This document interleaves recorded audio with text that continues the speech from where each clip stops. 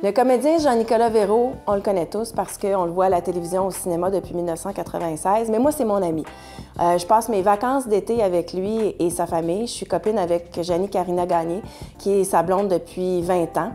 C'est une histoire de famille qui est vraiment unique, attachante et particulière parce qu'ils ont 3 filles à besoins spéciaux. Fait que c'est tout un défi de vie, c'est tout un mandat, mais il y a beaucoup d'amour dans cette famille-là. C'est vraiment un univers à découvrir. Mais nous, ce qu'on veut savoir, c'est qu'on veut gratter un peu puis voir comment on se sent quand on prend une famille, qu'il faut s'adapter à un environnement, à une maison, quand on rénove puis qu'on habite là avec une famille comme celle-là, puis surtout comment on se sent une fois que tout ça est terminé. Alors comme c'est un ami, bien, il a accepté de s'ouvrir, puis on s'assoit avec lui aujourd'hui.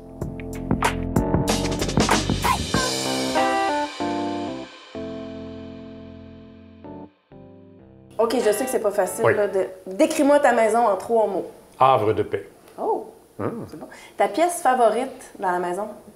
Celle qu'on appelle la salle multifonction. C'est celle qui a les plafonds sont plus hauts. Tu respires. Les fenêtres sont grandes. Tu as besoin d'un plafond haut. Oui. La plus grande qualité de ta maison, c'est quoi? La plus grande qualité de ma maison, c'est, mon Dieu, c'est que chaque coin est... J'ai essayé d'utiliser le mot âme, parce que j'ai utilisé beaucoup, mais elle est comme vivante. Il y a une âme dans la maison. On est bien. Et puis, s'il y a un défaut, mettons, est-ce que ta maison a un défaut selon toi? Ouais, c'est vraiment... on est tellement bien dans cette maison-là, mais c'est vraiment que c'est les chambres en haut. C'est tout petit. C'est le seul défaut, puis c'est bien technique. Mais au niveau du reste, elle est parfaite. C'est quoi ta maison de rêve? C'est un peu ma maison, avec des très grandes chambres.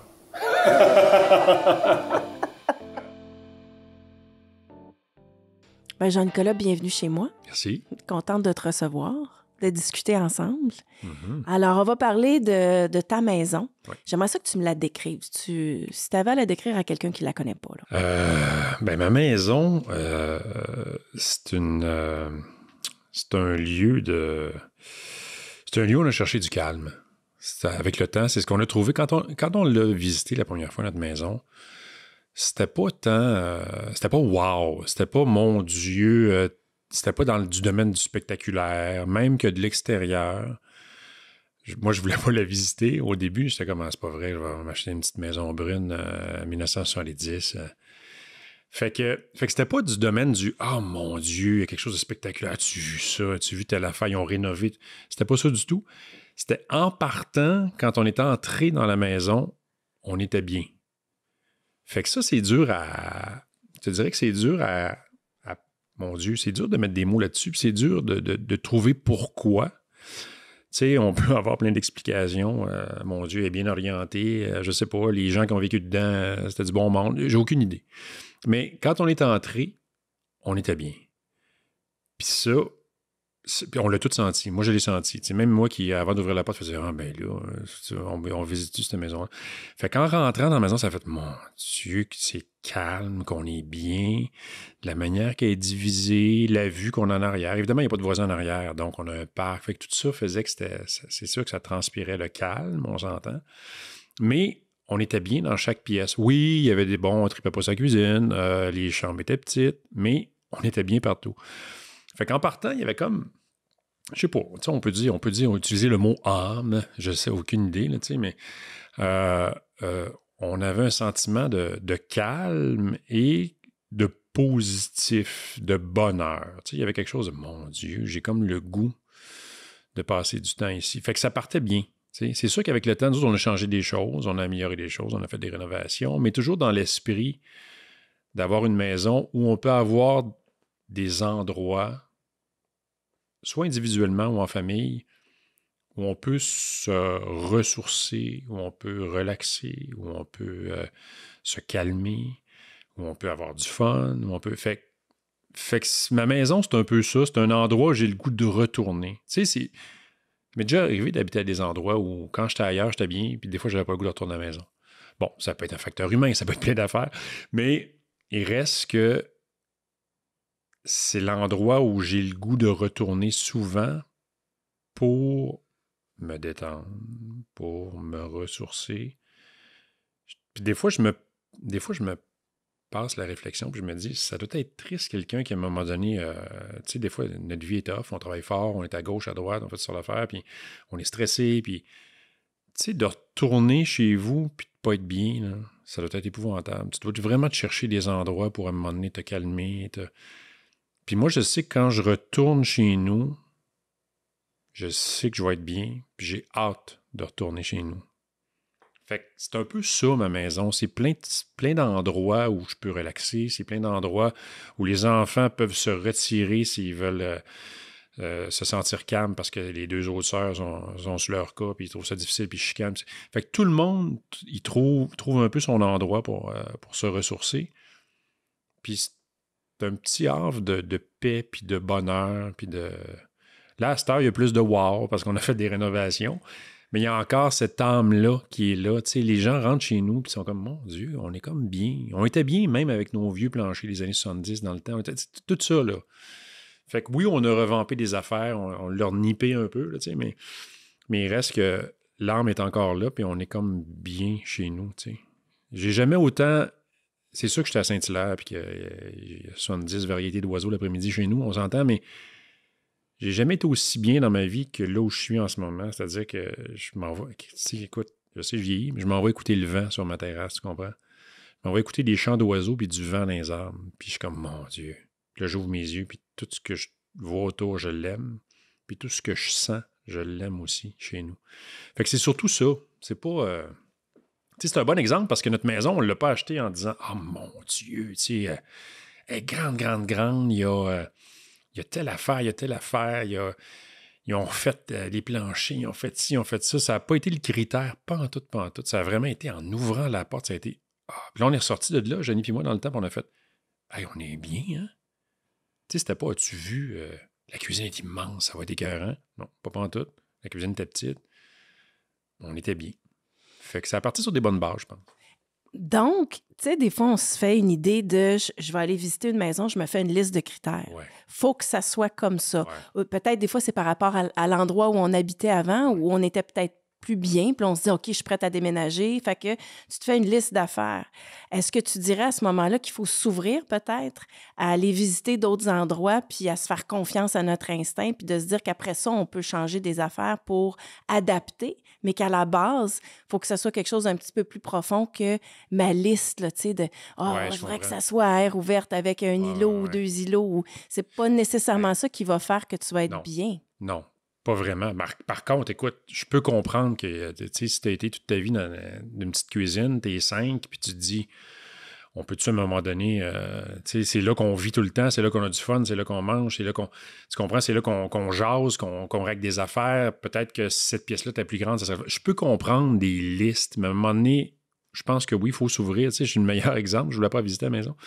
Mais je pense qu'effectivement, il faut s'ouvrir. Des fois, il y a possibilité de transformer après ça des choses, mais ça, à la base, il y a un paquet de qualités un petit peu moins, je dirais, un petit peu plus intangibles, tu sais, un peu moins concrètes, mais qui font que, mon Dieu, tu sais, en rentrant, on est bien quelque part. Je pense que ça vaut la peine à ce moment-là, peut-être, éventuellement, tu comprends. Oui, il faut s'ouvrir un peu plus, effectivement.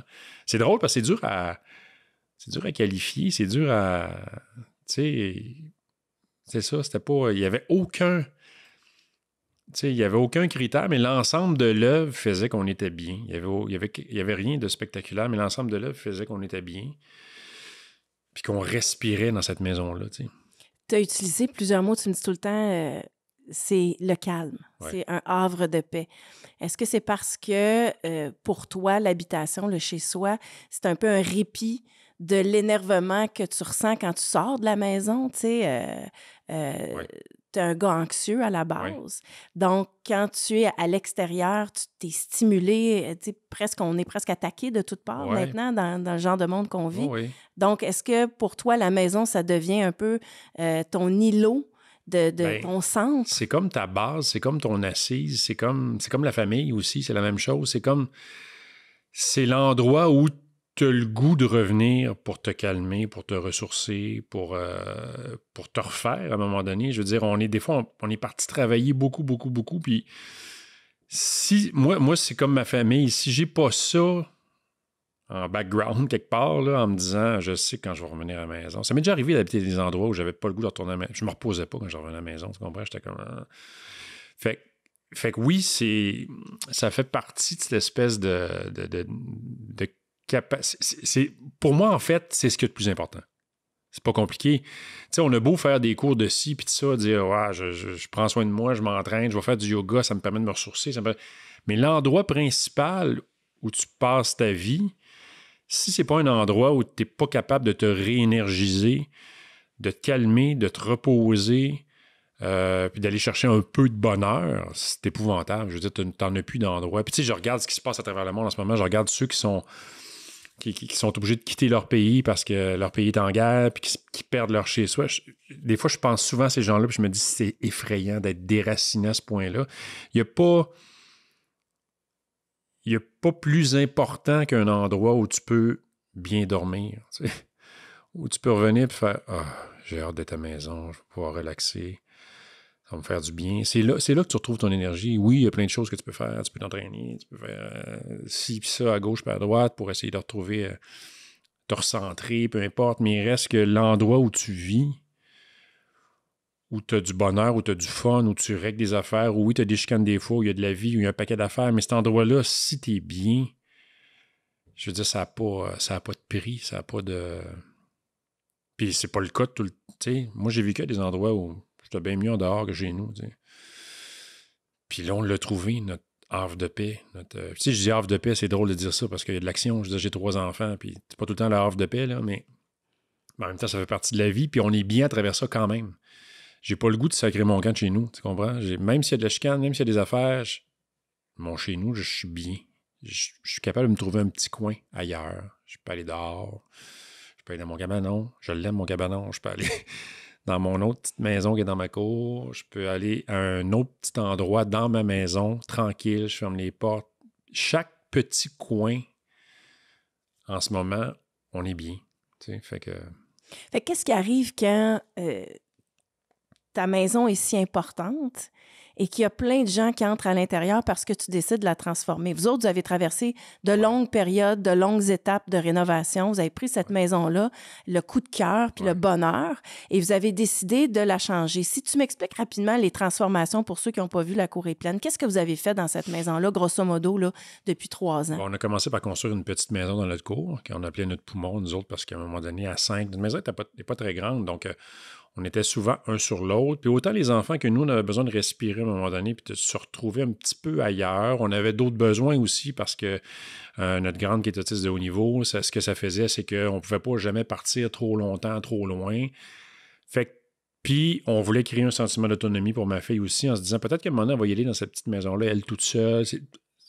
À un paquet de niveaux, on a découvert, on a trouvé que se construire une petite maison dans notre cour, ça allait nous aider.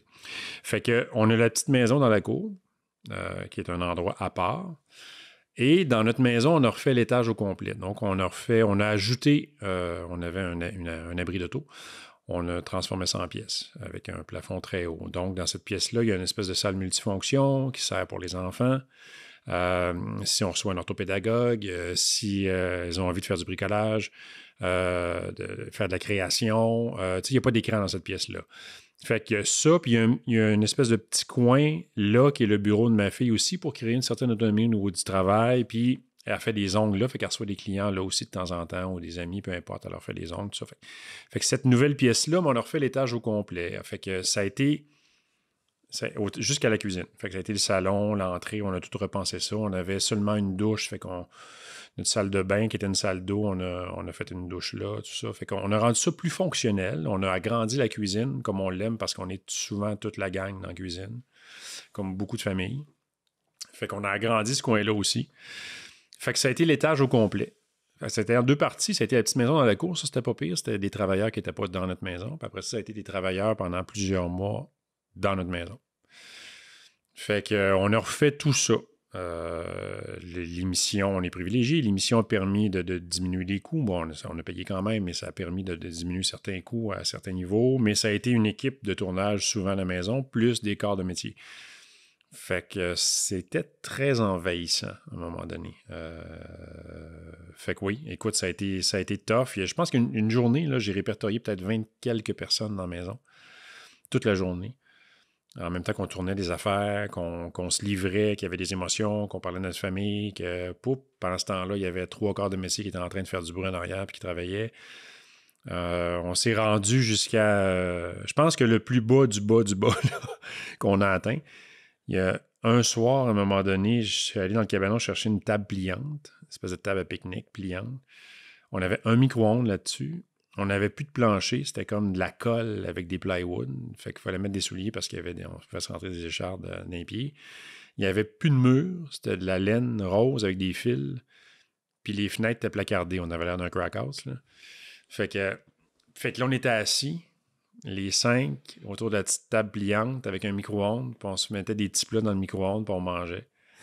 Avec un polythène qui nous séparait du reste de la maison avec une fermeture éclair, comme si on avait l'air d'un film de science-fiction. On se faisait tester l'autre côté. Parce que, fait qu'écoute, c'était comme à un moment donné, j'ai vraiment fait, OK, là, on est rendu au plus bas de ce qu'on peut. Mais c'est fou, à travers tout ça, la fatigue, Mia, qui est autiste de haut niveau, qui avait l'impression d'être envahie, qui nous pétait des crises parce qu'écoute, il y avait trop de monde, trop de bouleversements. Elle, tu déplaces un vase sur une table puis elle t'en parle pendant 3 jours, tu sais, fait que c'était effrayant. Mais à travers tout ça, il y avait encore l'âme de la maison, c'est fou. Ce fameux soir-là, on avait l'air d'être dans un crack house. Il y avait encore quelque chose qui faisait qu'on était bien, même si on marchait sur plus de plancher, puis qu'on ouvrait la fermeture éclair pour aller de l'autre côté. Mais il y avait encore l'âme de la maison qui était là. Fait qu'on était encore quand même pas pire bien dans notre tout croche dans nos travaux. Mais dans notre... Fait que oui.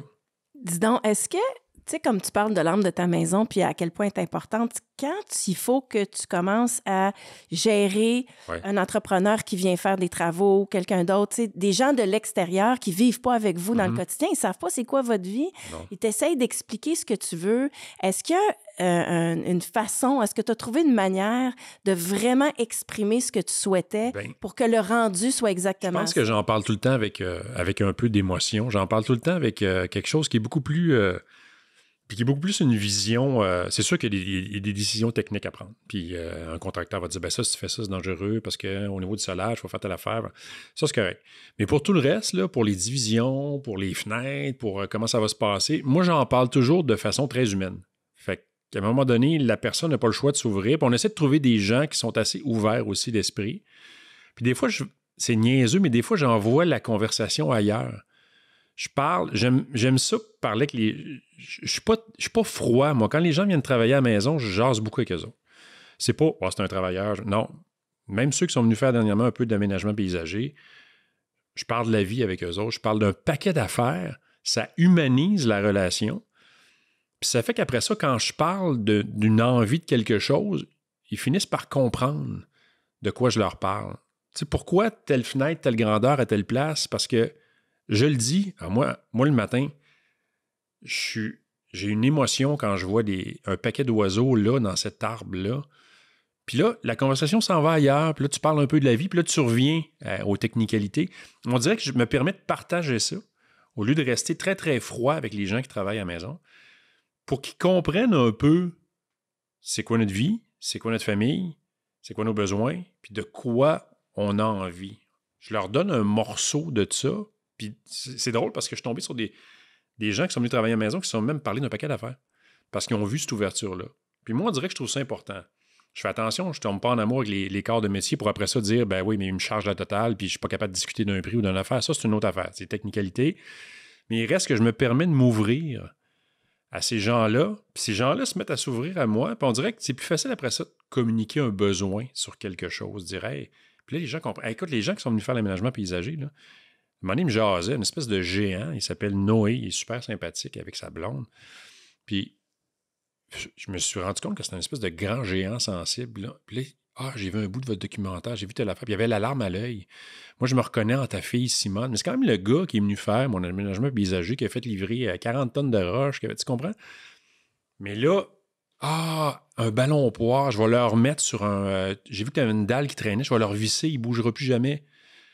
Puis là, il a compris que mes enfants tripaient, puis étaient tout le temps sur le ballon au poire. Tu sais, vous allez avoir un beau coin. Puis là, après ça, il me rappelle, une fois que le travail est fait, puis oui, on est super heureux. Écoute, j'ai trouvé des... Tu sais, j'ai comme réussi à partager une espèce de me livrer un peu, puis de voir ces gens-là se livrer, puis de comprendre après ça quel genre de famille on a, puis c'est quoi nos besoins, puis ça va être quoi qui va être plus intéressant de faire peut-être pour vous autres aussi.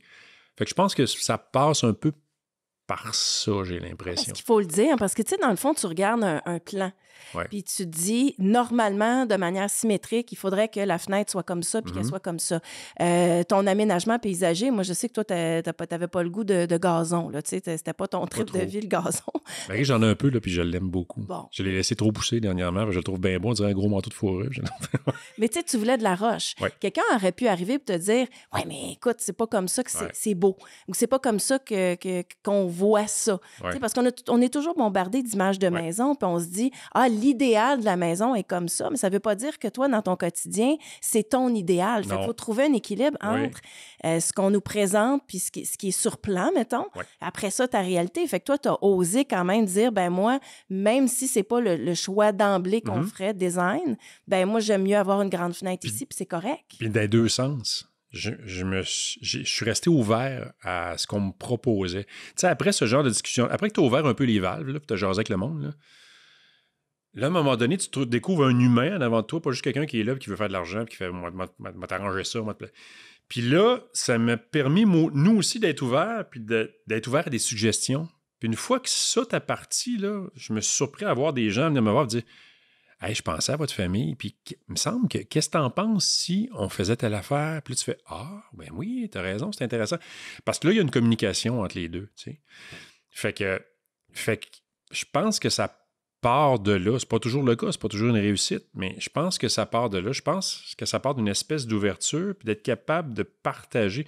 Parce que, tu sais, si tu restes juste dans les technicalités, puis tu sais, quand j'ai vu mettons, je reviens à l'exemple du couple, au niveau de l'aménagement paysager, on a jasé de plein d'affaires. Je me suis rendu compte que c'était deux personnes un peu artistes, sensibles, puis fait qu'une fois qu'on leur a jasé d'un paquet d'affaires, puis qu'ils comprenaient notre famille, eux aussi avaient envie d'y penser, de penser à nous autres, puis de revenir le lendemain, puis de dire « Hey, j'ai pensé à quelque chose.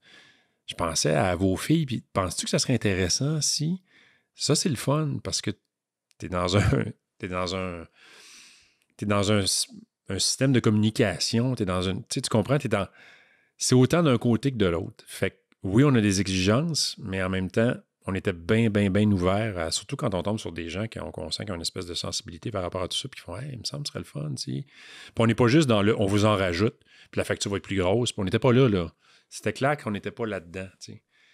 Fait que ça, c'est bien le fun, c'est bien trippant, puis c'est peut-être une façon d'aborder les choses tout en se protégeant, on s'entend. C'est drôle parce que ça m'est arrivé de rencontrer des contracteurs, des gens, puis de faire « ça ne marchera pas ». Puis pas parce que la personne n'était pas professionnelle, puis pas parce que la personne n'a pas fait d'autres contrats hallucinants ailleurs, peu importe. Ça m'est arrivé des gens qui débarquaient chez nous, gros gens comme devant, là, avec des gros sabots, là, puis non, ça marche pas de même, on va te faire ça, après ça, on va te faire ça. Non, ça marchera pas, ça fonctionne pas. Tu vois, il y a des gens qui cherchent ça, par exemple. Il y en a qui ont besoin. Chaque besoin est différent, chaque maison est différente. Puis des fois, on oublie que c'est pas juste une transaction, que c'est une expérience humaine. Fait que quelqu'un peut peut-être avoir besoin parfois, veut pas s'en mêler ou est moins. Parce que il y en a qui vont dire, mais c'est Jean-Nicolas Véro, c'est sûr que les gens vont prendre le temps de jaser. Mais moi, je l'ai vu d'expérience partout. Quelqu'un qui débarque a besoin de comprendre où il va travailler, puis ce qu'il fait, puis tout le monde est content en bout de ligne quand le résultat est à la hauteur des attentes, là. Fait que c'est sûr qu'à un moment donné, il y en a qui ont besoin d'être plus dirigés, il y en a qui veulent diriger davantage, puis il faut trouver un bon mix. Effectivement, il faut trouver un bon mix, mais il reste qu'à la base, quelqu'un qui débarque, qui n'a pas l'air d'avoir trop d'écoute, puis qui veut comme t'impressionner, puis qui en met plus que le client demande, puis qui essaie de t'enfoncer les affaires dans la gorge, puis dit non, tu vas avoir besoin de ça, moi je fais pas ça, puis ça, tu vois, en partant, ça coûte de temps, puis après ça, c'est... Moi, ça me prend personnellement, mais tu as raison, mais moi, ça me prend personnellement un judicieux mélange des deux. J'ai le sentiment, faut que j'ai le sentiment d'être entre bonnes mains, mais ça me prend quelqu'un aussi que je sens qui est là pour un peu les bonnes raisons et qui n'est pas là juste pour faire une grosse facture salée à la fin puis que tu en mettes le plus possible. Puis... Fait que c'est ça, mais c'est de l'écoute. Moi, j'ai besoin d'écoute des deux côtés. J'ai besoin de quelqu'un qui débarque doucement, qui va écouter, qui va prendre le temps de m'écouter, puis qui, après ça, tranquillement, va s'immiscer, puis va... C'est ça, ça me prend comme... mais t'as raison, probablement qu'il y a toutes sortes de gens qui ont besoin de toutes sortes d'affaires.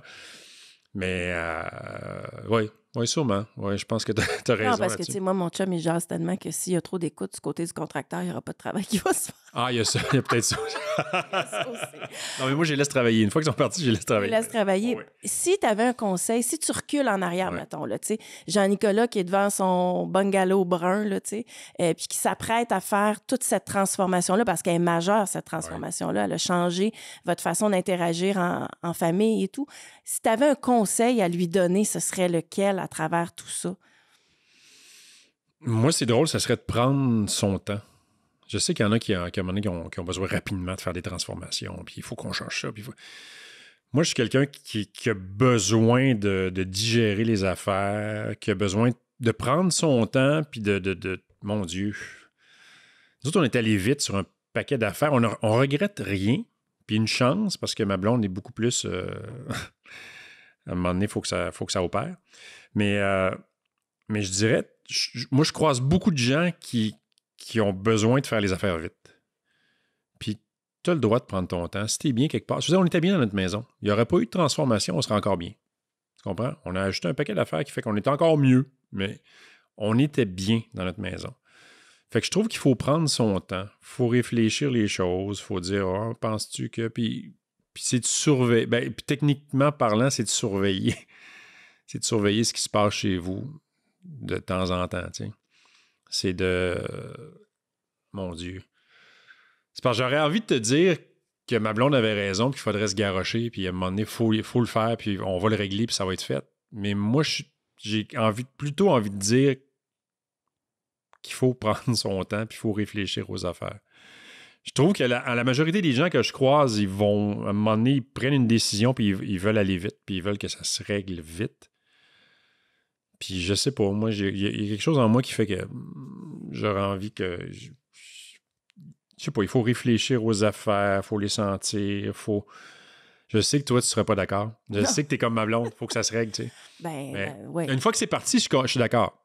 Mais y a-t-il des choses que tu regrettes, mettons? Y a-t-il des affaires que tu aurais fait différemment si ça avait pris plus de temps? Là, c'est des détails. C'est rien d'important.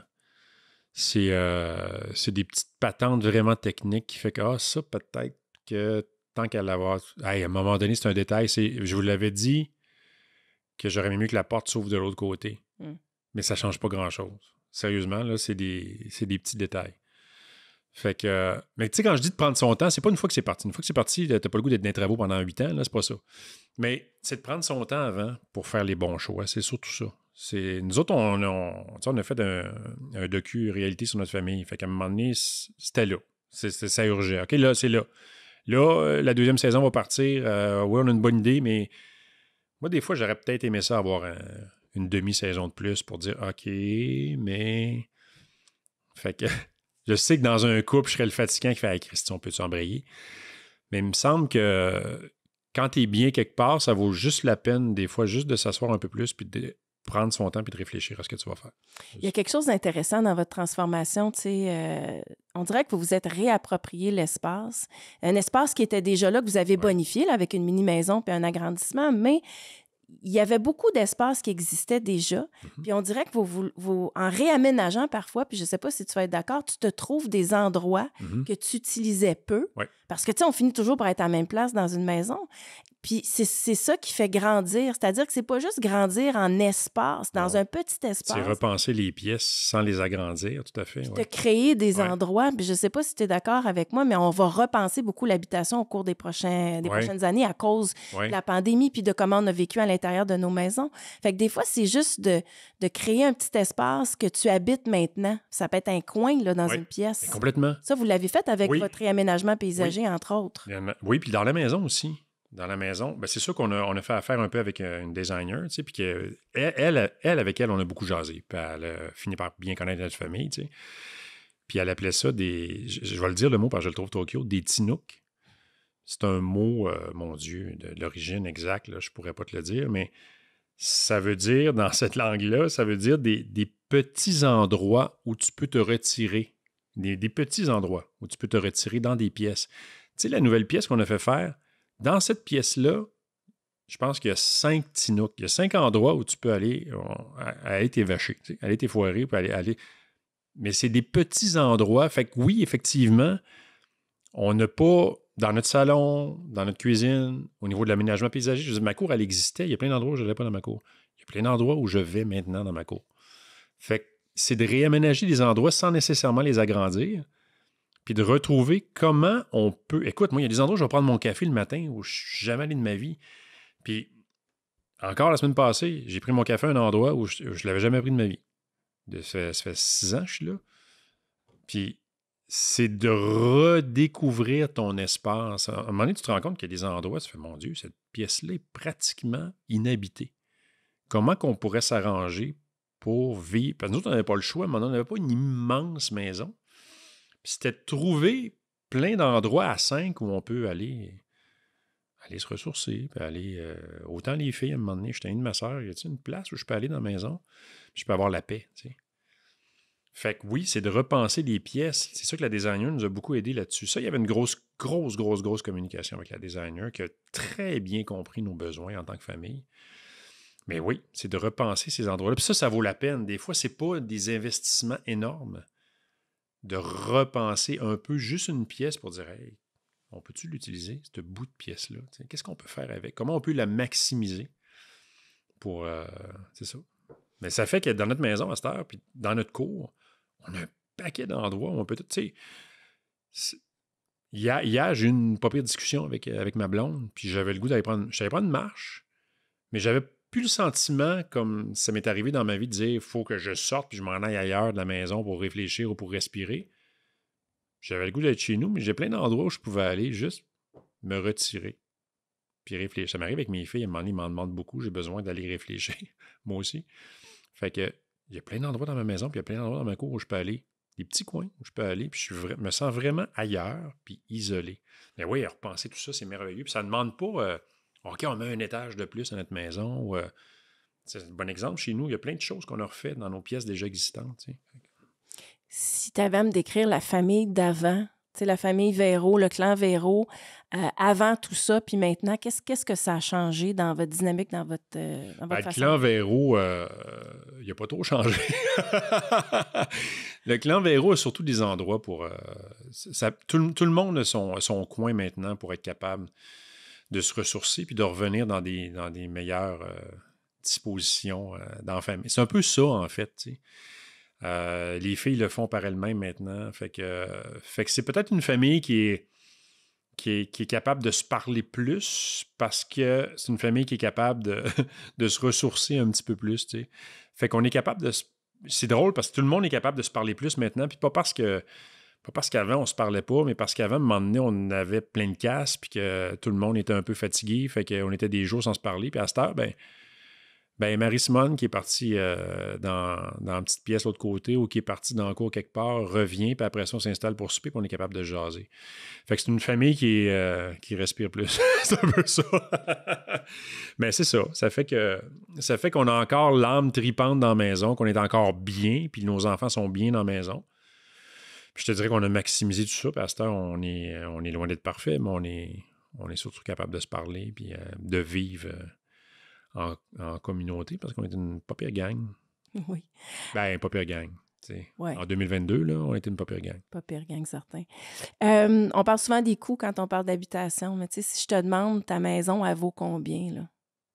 En termes de valeur humaine, en termes de valeur humaine, mais même de valeur en général. Sais-tu pourquoi? Parce qu'elle a pris beaucoup de valeur avec les rénaux, puis elle serait bien, bien dure à vendre. Puis ça m'est jamais arrivé dans ma vie. Je n'occupe pas de trouble. Moi, changer de place, pas de trouble, on vend ça, on fait de l'argent avec ça, parfait. Tu sais.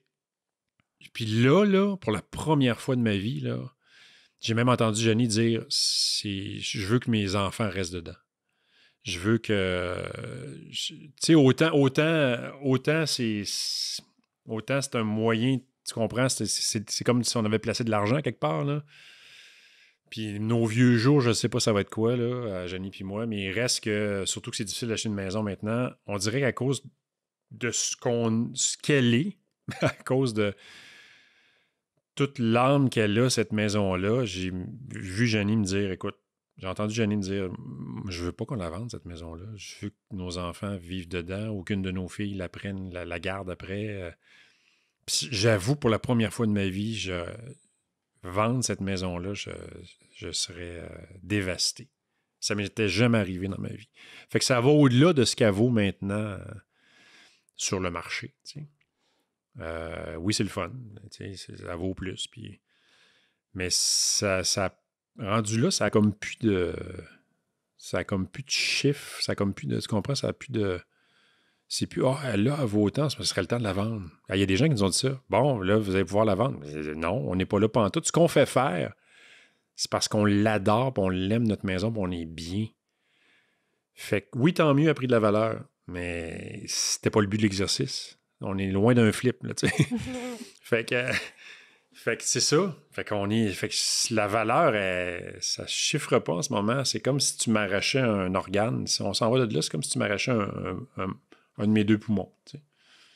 C'est intéressant parce que, tu sais, c'est un peu votre réalité. Tu dis, Janie t'as dit qu'elle voyait les enfants rester là longtemps. Il y a une partie de ça dans votre réalité aussi parce que avoir un enfant autiste, même autiste de haut niveau, il y a beaucoup question de ça. Qu'est-ce qu'on fait avec les autistes une fois adultes? Ouais. À quel point ils sont capables d'être autonomes et indépendants? Donc, vous avez créé un environnement où vous êtes prêt à répondre à ces besoins-là qui sont pas définis nécessairement dans votre cas, mais votre famille, à vous autres, ça n'arrête pas. C'est pas à 22 ans, OK, non, les gens partent. Tu sais, la famille très neurotypique ou les enfants très indépendants, puis tu dis, regarde, on le sait qu'ils vont être partis de la maison à 22 ans, là. On le sait pas. En fait, on nage dans l'inconnu, on avance petit à petit. Les 2 autres, ça sera une autre histoire, mais dans le cas de Mia, qui va avoir 18 ans, effectivement, on a créé plein d'endroits dans cette maison-là pour essayer de développer son autonomie à elle, à plein niveau. Mais elle est très anxieuse, très angoissée, elle a de la misère à sortir de la maison, elle a de la difficulté à...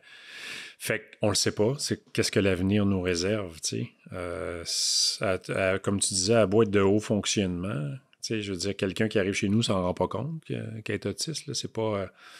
Mais il reste que sa vie est très compliquée et difficile, fait que c'est vraiment comme avoir quelqu'un qui a un bon handicap à la maison, tu sais. Tu te dis, on va peut-être passer... Je pense pas qu'on va passer le reste de nos jours avec ma fille, parce que tranquillement, elle mature, mais je sais pas. Je sais pas combien de temps elle va être à la maison. Elle va-tu avoir toujours besoin d'être dans cette maison-là? Ça va-tu toujours la rassurer comme adulte plus tard? Elle va-tu vivre là? Je sais pas. Fait qu'il y a tout ça aussi. Qui fait que si on partait de cette maison-là, il faudrait vraiment qu'on trouve un autre endroit qui nous... C'est comme un couple, c'est comme laisser quelqu'un avec qui tu sens que tu es vraiment en amour. Tu sais, s'il fallait qu'on se sépare, vais-je retrouver quelqu'un avec qui je vais être capable de faire un chemin de vie partagé autant. Tu sais, il y a ça, il y a comme un coup de foudre avec cette maison-là qui fait que si on s'en va de là, il faudrait vraiment qu'on retombe en amour ailleurs avec quelque chose parce que, pour plein de raisons, parce que là, ce qu'on a bâti, ce qui était déjà là, plus ce qu'on a bâti, puis ce qu'on a, c'est rendu le 6e membre de la famille, tu sais. Vous êtes heureux? Oui, on est heureux. Ben, écoute, on a nos difficultés, on a une pas pire grosse famille, ça va vite, ma blonde travaille énormément, mais overall, je pense qu'on est bien, on est heureux, oui. Merci.